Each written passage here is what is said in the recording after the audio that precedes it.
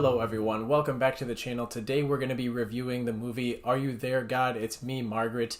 This is an adaptation from a book that is written by Judy Blume of the same name. The film is directed by Kelly Fremon Craig, who made her debut in 2016 with The Edge of 17, a film that I absolutely adore. It centers around Margaret, a 6th grader whose parents have decided to make the move from the chaotic New York City to the suburbs of New Jersey.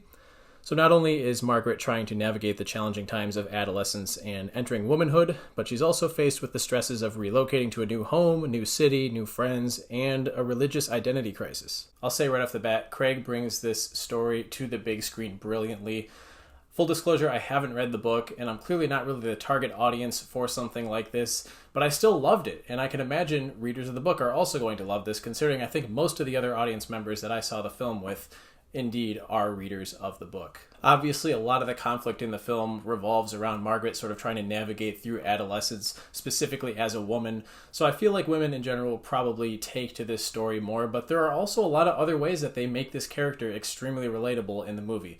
Now, whether that be her having to move to a completely new environment or tough love within the family, I think there's a little bit in there for everybody, something that everybody can relate to in some form, some sort of struggle that they had through their childhood. Abby Ryder-Fortson is great as Margaret. I think she has a lot to do in this movie, and some of her performance is really just seen through her facial expressions, and it's tough to do that to convey emotion and various different reactions to things when you're not given a lot of dialogue in certain scenes and have to convey it completely through facial expressions, and she does an excellent job. I think she's got a huge career ahead of her if this is any indication. Rachel McAdams and Bernie Safdie are both excellent as Margaret's parents as well. I think parents in general can find things to relate to in this movie as well if they sort of look at the story from their lens. Kathy Bates, do I really even need to say anything? She steals every single scene that she's in as Margaret's grandmother.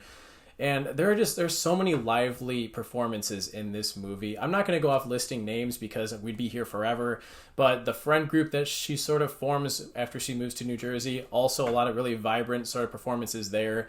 Of course, there's the stereotypical sort of popular girl that she starts to hang out with, the one who's clearly insecure and sort of lashes out and shows off a lot in order to compensate for that. Yeah, some of the characters are a little bit stereotypical, the sort of thing you would expect going into a movie that features kids who are in middle school or high school, but it's all done really well from a writing standpoint and from an acting standpoint. We eventually learn that Margaret's mom's side of the family are devout Christians, meanwhile her dad's side is Jewish. So there's sort of a point in the movie where you can tell that she's being pulled between these two different ideologies. Meanwhile, her parents want her to sort of discover her religious identity on her own terms. So there's just these really unique and interesting ways that they generate conflict in this movie. And while it does pack a lot of emotion, there's also a ton of effective humor.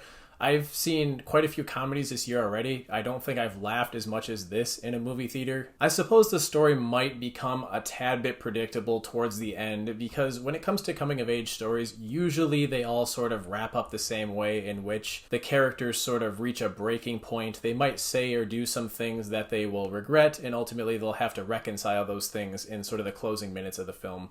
This does do that to a certain extent, but again, it comes down to execution here. It's done so well. The writing, the acting, directing, and the characterizations are just spot on. This movie is extremely funny, it's insightful, it's relatable. I don't really know what else you can ask for in this type of story, especially an adaptation. My issues with it are few and far between. I'm going to give this one a 5 out of 5.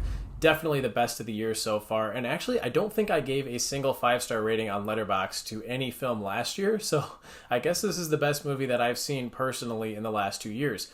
So if that's not a good enough recommendation, I don't know what is. Give this a shot. It opens with a wide release theatrically on April 28th. Definitely go give this one a watch. It is so damn good, and I always like to support smaller, more low-budget films like this on the big screen, and this is one of those ones that absolutely deserves it. So as always, guys, those are my thoughts on the film. Do let me know down in the comments once you've seen it what you think of it. And as a closing remark, what is your favorite coming-of-age movie? As always, don't forget to hit that like button and subscribe while you're at it, and I will see you guys in the next video. Thanks a lot.